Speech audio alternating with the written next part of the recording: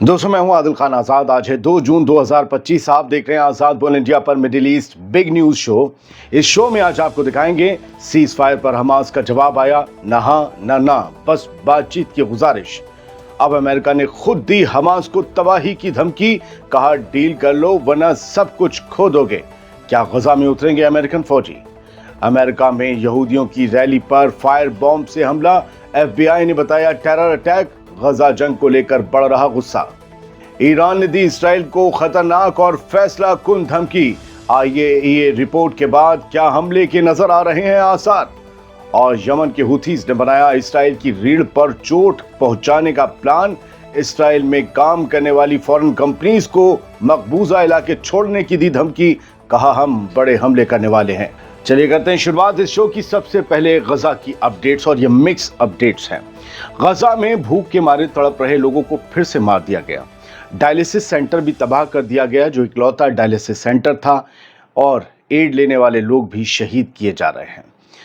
अल जजीरा के मुताबिक गजा की गवर्नमेंट मीडिया ऑफिस ने तस्दीक की है कि रफा के एड सेंटर के पास आज भी 3 भूखे लोगों को इस्राएली फौज ने शहीद कर दिया है, जबकि 35 लोग जख्मी हुए हैं। कल भी रोटी लेने आए 30 से ज्यादा लोगों को शहीद करने की खबर आई थी, जबकि अमेरिका की एड एजेंसी GHF, जो गजा में राशन बांट रही है, उसने किसी भी शख्स के मारे जाने या जख्मी होने से इनकार कर दिया था। 31 बॉडीज अस्पतालों में पहुंची थी। ये एड सेंटर अमेरिकी हिमायत से बनाया गया था, लेकिन 27 मई से लेकर अब तक, जब से इसराइल ने नया एड मैकेनिज्म शुरू किया है, सिर्फ रफा और नेट्ज़ेरिम कॉरिडोर में 52 लोग एड का इंतजार करते हुए, मदद का इंतजार करते हुए मार दिए गए हैं। 340 से ज्यादा लोग इसी दौरान जख्मी हो चुके हैं। गजा की मीडिया ऑफिस ने कहा है कि इसराइल 93 दिनों से भूख को हथियार बनाकर आवाम को निशाना बना रहा है। ये एक मंसूबाबंदी के तहत इंसानियत का कत्ल है। एक तरफ एड का वादा है, दूसरी तरफ गोलियां हैं। गजा में जिंदगी का हर मौका मौत में बदल दिया गया है। UN और दुनिया भर के एड ग्रुप्स ने इस वाक़ये को इंसानियत के खिलाफ जुर्म करार देते हुए कहा है कि जहां लोग सिर्फ खाना लेने जा रहे हैं, वहां भी मौत बांट दी जा रही है। वर्ल्ड फूड प्रोग्राम की चीफ सिंडी मैकेन ने इसराइल से अपील की है कि हमें गजा जाने दो ताकि हम अपना काम कर सकें।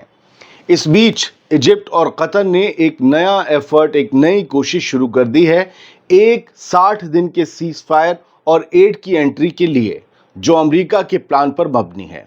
उधर जर्मनी के चांसलर फ्रेडरिच मर्ज ने नेतन्याहू से बात की है और कहा है कि इमरजेंसी एड को, कम से कम गजा में इमरजेंसी एड को तो जाने दिया जाए, जो बहुत ज़रूरी है। भाई, तुम रोटी पानी नहीं भेजे, दवाई, इक्विपमेंट्स, ये तो जाने दें। बात जर्मनी की हुई। एक और मुल्क है चिले। इसके जो प्रेसिडेंट हैं गैब्रियल बोरेक, उन्होंने वादा किया है कि वो अपनी हुकूमत के बाकी 9 महीने में इसराइल पर दबाव बनाते रहेंगे, प्रेशर बनाते रहेंगे, ताकि गजा का कत्लेआम रोका जा सके। दोस्तों, गजा के लिए आवाज़ उठाना अब सिर्फ इख्तियार का नहीं, जिम्मेदारी का मसला बन चुका है।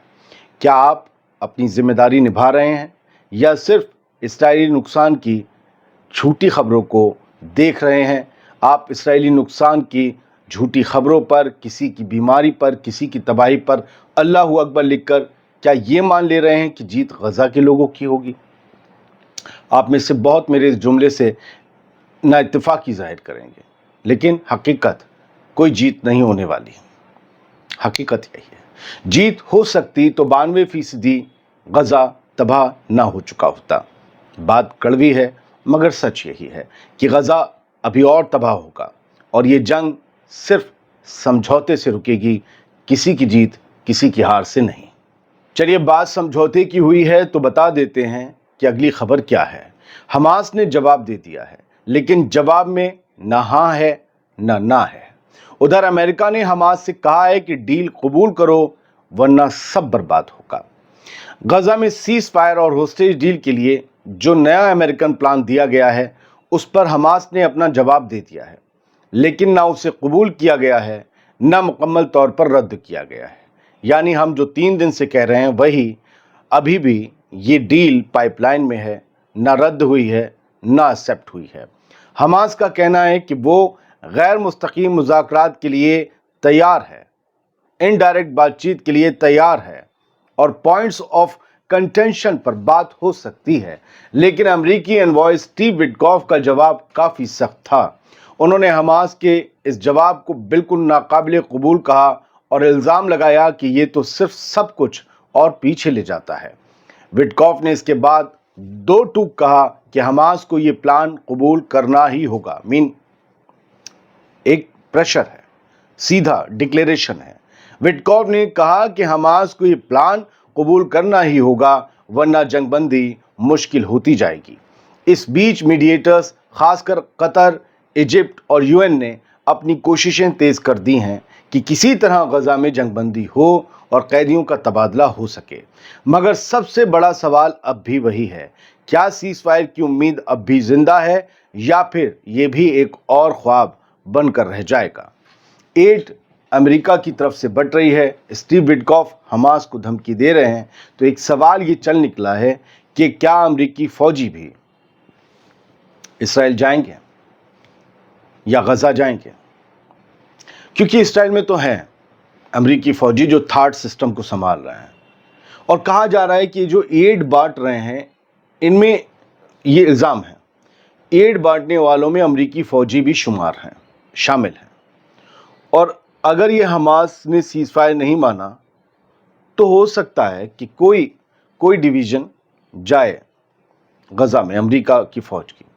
लेकिन अमेरिका ने हमेशा, ये सब चर्चाएं चल रही हैं, लेकिन अमेरिका ने हमेशा ये इनकार किया है कि नहीं, हम कोई फ़ौज नहीं भेजेंगे, क्योंकि उन्हें भी पता है कि उनके दिए हुए गोला बारूद से इसराइल को जो करना वो कर तो रहा ही है। अमेरिका में एक शख्स ने यहूदी जो होस्टेजेस हैं गजा में कैद, उनके सपोर्ट में एक रैली बुलाई गई थी। उस रैली में जमा भीड़ पर आग बरसा दी उस शख्स ने। कोलोराडो में इसराइली होस्टेजेस के हक में बुलाई गई रैली पर फ्लेम थ्रोअर या यूं समझ लें कि आग उगलने वाली बंदूक या मशीन और फायर बॉम्ब से, या आग लगाते हैं बॉम्ब, इनसे हमला किया गया। 8 लोग जख्मी हुए। FBI ने कहा कि टारगेटेड टेरर अटैक है। याद रखिए, उस बंदे ने गोली नहीं चलाई, बॉम्ब फेंके, फ्लेम थ्रोअर चलाया। अमेरिका के कोलोराडो में एक ये सूबा है, यहाँ एक रैली चल रही थी जहाँ लोग इसराइली होस्टेजेस की सपोर्ट में इकट्ठा हुए थे और वहाँ एक शख्स ने अचानक फ्लेम थ्रोअर और फायर बॉम्ब से हमला कर दिया। 8 लोग जख्मी हुए, कुछ की हालत नुकसानदेह बताई जा रही है। आई विटनेस जो वीडियो सामने आए हैं उस वक्त, उस मौके के, उसमें ये दिखाई दिया था कि अटैकर एंड ज़ायनिस्ट यानी कि ज़ायनियों का खात्मा ऐसा करके नारे लगाकर चिल्ला रहा था और इसके बाद उसने जो है वहाँ पर आग लगा दी। FBI ने इस वाक़ये को टारगेटेड टेरर अटैक करार दिया है। इसराइल के प्राइम मिनिस्टर नेतन्याहू ने भी रिएक्ट करते हुए कहा, यह हमला उन सब झूठी स्टोरीज़ का सीधा नतीजा है जो यहूदी मुल्क और यानी कि इसराइल और हमारे लोगों के खिलाफ फैलाई जा रही हैं। मतलब ये कहते हैं कि जो भी कहा जा रहा है कि हमने ये किया वो किया, इतने हज़ार लोग मार दिए या उनको भूखा रखा, हमारे खिलाफ नफरत भड़काई जा रही है, उनका नतीजा है। इमरजेंसी टीम्स ने आग बुझाई और ज़ख्मी लोगों को अस्पताल तो पहुंचा दिया, सबका इलाज चल रहा है, किसी की जान नहीं गई। अब तक अटैकर की शनाख्त नहीं हो पाई है, लेकिन FBI, वो अटैकर कौन था? खैर, अब तक अटैकर की शनाख्त नहीं हुई है, लेकिन FBI और लोकल एजेंसीज उसे हेट क्राइम और टेरर अटैक के तौर पर इन्वेस्टिगेट कर रही हैं। यह हमला बता रहा है कि गजा कॉन्फ्लिक्ट के असरात सिर्फ मिडिल ईस्ट तक महदूद नहीं रहे, अमेरिका तक में टेंशन और वायलेंस का सबब बन रहे हैं। कमाल यह है कि गजा में 54,000 लोगों के मारे जाने पर जो अमेरिका इसे इसराइल का वॉर क्राइम तक तस्लीम नहीं करता, उसी अमेरिका की एजेंसीज 8 लोगों के ज़ख्मी होने को एक टेरर अटैक बता रही हैं। अब बात ईरान की। ईरान ने इसराइल को सख्त वार्निंग दी है और कहा है कि बेवकूफ़ी का जवाब फौरी और फैसला कुन मिलेगा, डिसाइसिव मिलेगा, निर्णायक मिलेगा। ईरान के फॉरेन मिनिस्ट्री के स्पोक्स पर्सन ने पीर के रोज़ इसराइल को खुली धमकी देते हुए कहा, अगर इसराइल ने कोई बेवकूफ़ी की तो उसका जवाब फ़ौरन मिलेगा और फैसला कुन यानी कि डिसाइसिव मिलेगा। उन्होंने कहा कि ज़ायनिस्ट रजीम, ज़ायनी हुकूमत हमेशा से इस पूरे खित्ते के लिए, इस पूरे रीजन के लिए एक खौफनाक और ख़तरों से भरा हुआ सिस्टम रहा है और इसका असली एजेंडा ईरान के अमन पसंद न्यूक्लियर प्रोग्राम को वेपनाइजेशन का बहाना बनाकर अपने फ़ायदे के लिए US फॉरेन पॉलिसी को मैनिपुलेट करना है।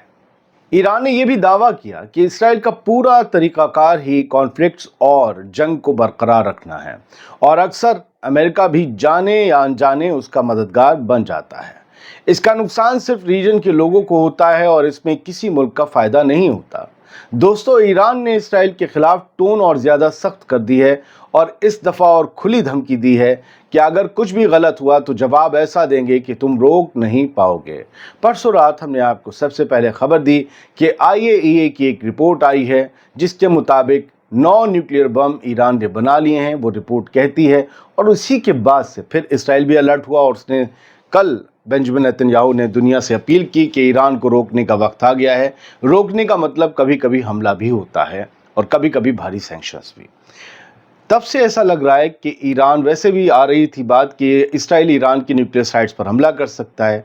अब ईरान की तरफ से इतनी सख्त धमकी आने के बाद ये सवाल किया जा रहा है कि क्या ईरान के पास कोई पक्का इन्फो है कि इसराइल को स्ट्राइक करने वाला है। पता नहीं।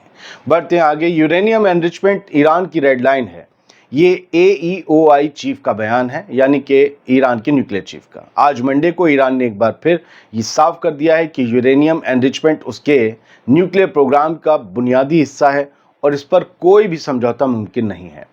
Atomic energy organization of Iran, इसके चीफ हैं मोहम्मद इस्लामी।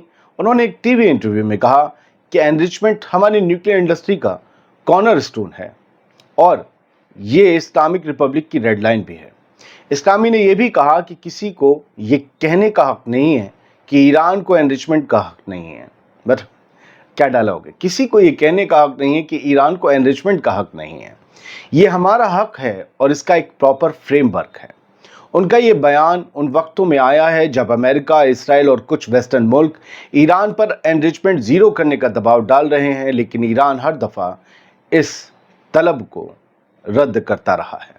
अब बात यमन की। यमन ने इसराइल में फॉरेन कंपनीज को खुली वार्निंग दी है। कहा है कि इसराइल छोड़ दो वरना हमारे अटैक की अगली स्टेज बहुत ख़तरनाक होगी, तुम उसके लपेटे में आ सकते हो। यानी हुतीस की नज़र अब इसराइल की इंडस्ट्रीज़ को निशाना बनाने पर है।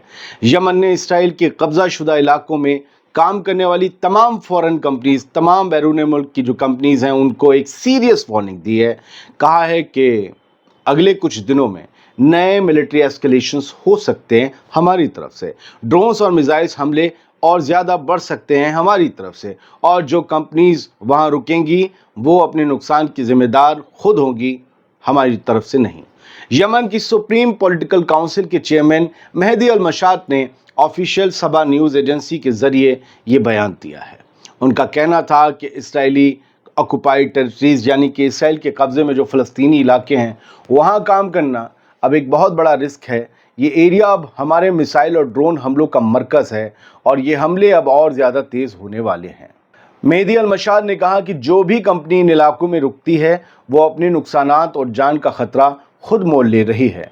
उन्होंने ये भी कहा कि अगर ज़रूरत पड़ी तो अगले चंद दिनों में हम नए एक्शंस ले सकते हैं जो इन टेरिटरीज़ में इन्वेस्ट करने वाली कंपनीज़ के लिए ग्रेव और ट्रिमेंडस रिस्क का सबब बनेंगे। यानी कि यूँ समझिए पूरी तरीके से तबाह हो जाएगा उनका पैसा वैसा सब लगाए हुए और इंफ्रास्ट्रक्चर वगैरह। इस वार्निंग का सीधा ताल्लुक गज़ा में इसराइली फ़ौज के ब्रूटल ऑपरेशन से है और गज़ा की हिमायत में यमन की आर्म फोर्सेस मिसाइल और ड्रोन अटैक्स के ज़रिए जवाब अपना दे रही है इस गज़ा के तहफ़्फ़ुज़ के सिलसिले में। यमन का ये एग्रेसिव स्टांस इसराइली इकनॉमी पर एक और साइकोलॉजिकल प्रेशर बन रहा है या बना रहा है, ख़ास तौर पे उन कंपनीज़ के लिए जो ऑक्युपाइड टेरिटरीज़ में इन्वेस्ट करती हैं। फ़िलहाल इस शो में इतना ही। उम्मीद करते हैं कि साफ गोई से दी गई ओरिजिनल ख़बरें आपको पसंद आई होंगी। आज़ाद बोल इंडिया आपका चैनल है। इसके थंबनेल शो हमने 1 साल पहले इस्टेब्लिश किए थे। बहुत से लोग हमारे जूते में कदम रख कर आगे बढ़ रहे हैं, लेकिन हमारा ना कोई भाई है ना हमारे चैनल में कोई और एंकर है। हम ही हैं जो आपके खिदमत में न्यूज़ देते रहते हैं। तो बाकी नक्कालों से सावधान, उनका काम करेंगे, लेकिन आप लोग आज़ाद बोल इंडिया देखते रहें, वीडियो शेयर करें। सलामत रहें, खुश रहें।